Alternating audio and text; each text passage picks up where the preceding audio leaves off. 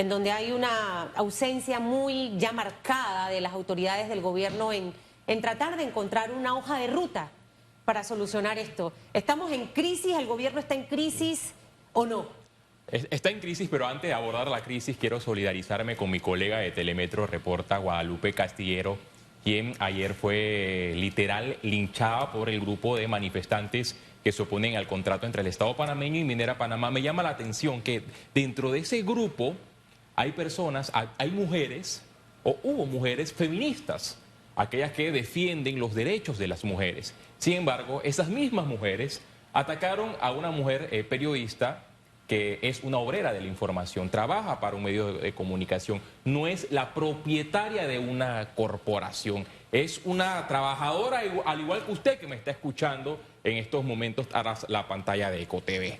Pero hay una crisis totalmente evidente que el gobierno nacional no ha tenido la sabiduría para poder controlarla o solucionarla. Creo que el gobierno debe hacer algunos cambios, no de todos los ministros de Estado, pero sí algunos en específico, destituir al ministro de Comercio, Federico Alfaro, destituir al ministro de Ambiente, Milciades Concepción, que parece más abogado que la minera que ministro de Ambiente, destituir al exministro de Comercio, Martínez, hoy embajador de Panamá ante Estados Unidos, porque en su momento el procurador le advirtió de los visos de inconstitucionalidades en este contrato minero. Después, destituir a todos los gobernadores. Los gobernadores son los representantes del Ejecutivo en cada provincia. Y hemos visto a algún gobernador hablar con los manifestantes en las distintas zonas del país o en las distintas provincias donde se han dado estas manifestaciones en rechazo al contrato minero. No,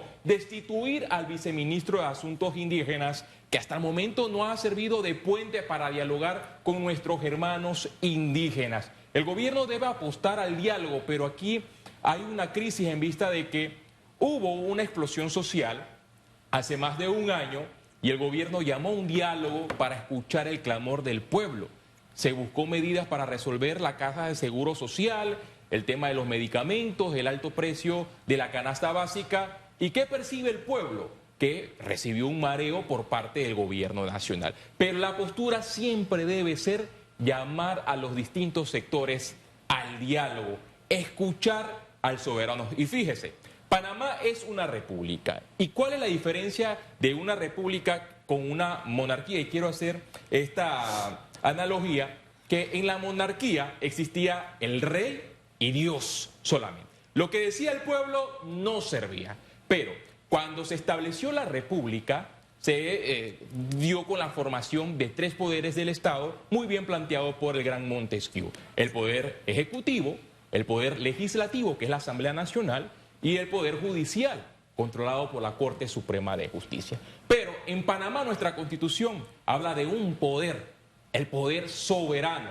aquel que tiene la facultad constitucional para decirle al gobernante, que en este caso el presidente de la República, qué políticas públicas puede apostar, porque de nada sirve que los tres órganos del Estado trabajen de manera distinta sin la armónica colaboración. La Asamblea Nacional, el órgano legislativo, le ha fallado al país en componenda con los partidos políticos de la oposición que hoy quieren venderse como aquellos que tienen la fórmula para solucionar esta crisis en la que nos encontramos. El Ejecutivo porque contrató a abogados que ayudaron para que en efecto redactaran un contrato con visos de inconstitucionalidades, 7 visos de inconstitucionalidades planteados por el procurador de la Administración, Rigoberto González, y el procurador de la Nación, Javier Caraballo. Y ahora la salida más prudente queda en ese marco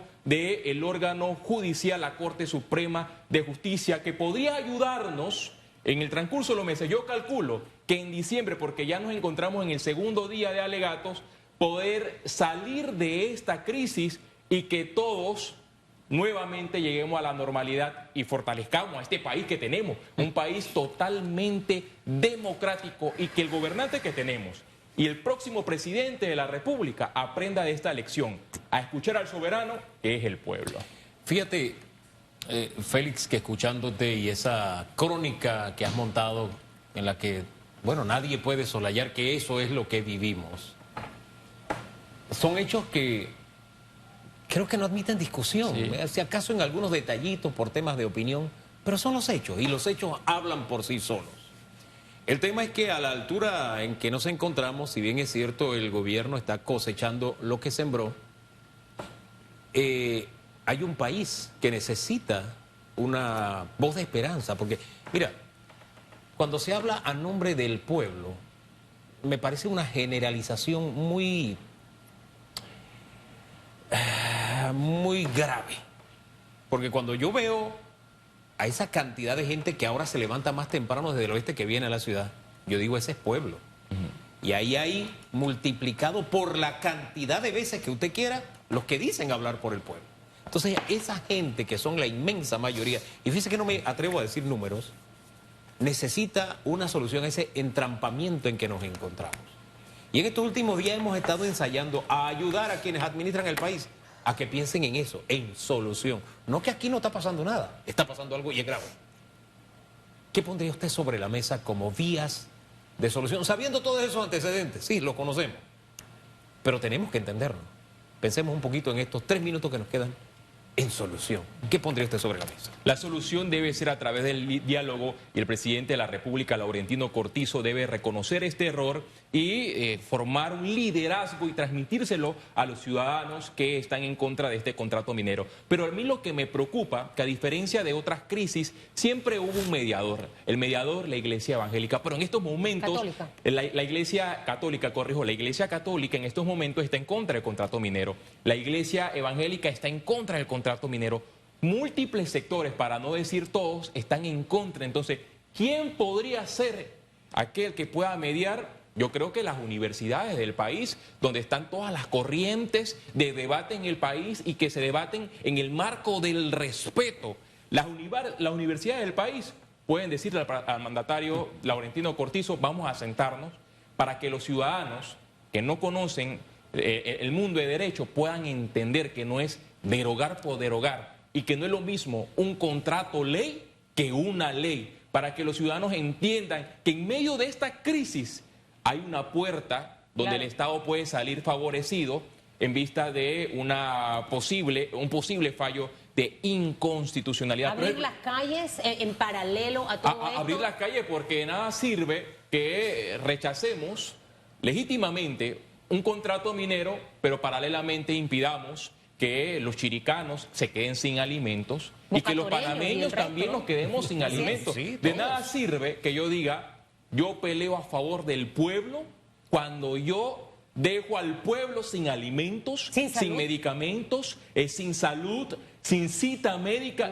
Y hay que reconocer, y esto hay que dejarlo también evidenciado, que hay un grupo consciente que ha rechazado el contrato minero, pero hay otro grupo político extremista que en medio de las manifestaciones está entregando un periódico, y en ese periódico tienen las imágenes de los periodistas. Lo han catalogado como terroristas y además están haciendo proselitismo político en medio de la explosión social, en medio de una veda donde el Tribunal Electoral no ha dicho eso es ilegal. Félix, esa hoja de ruta que mencionas, y ahí nos vamos a pasar un minuto, ¿hacia dónde nos puede llevar como país?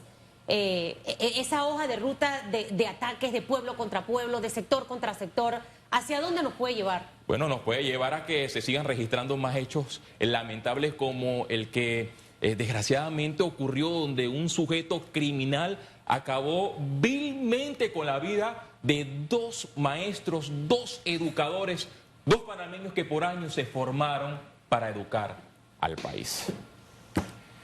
Hombre, don Félix, muchísimas gracias por sus aportes.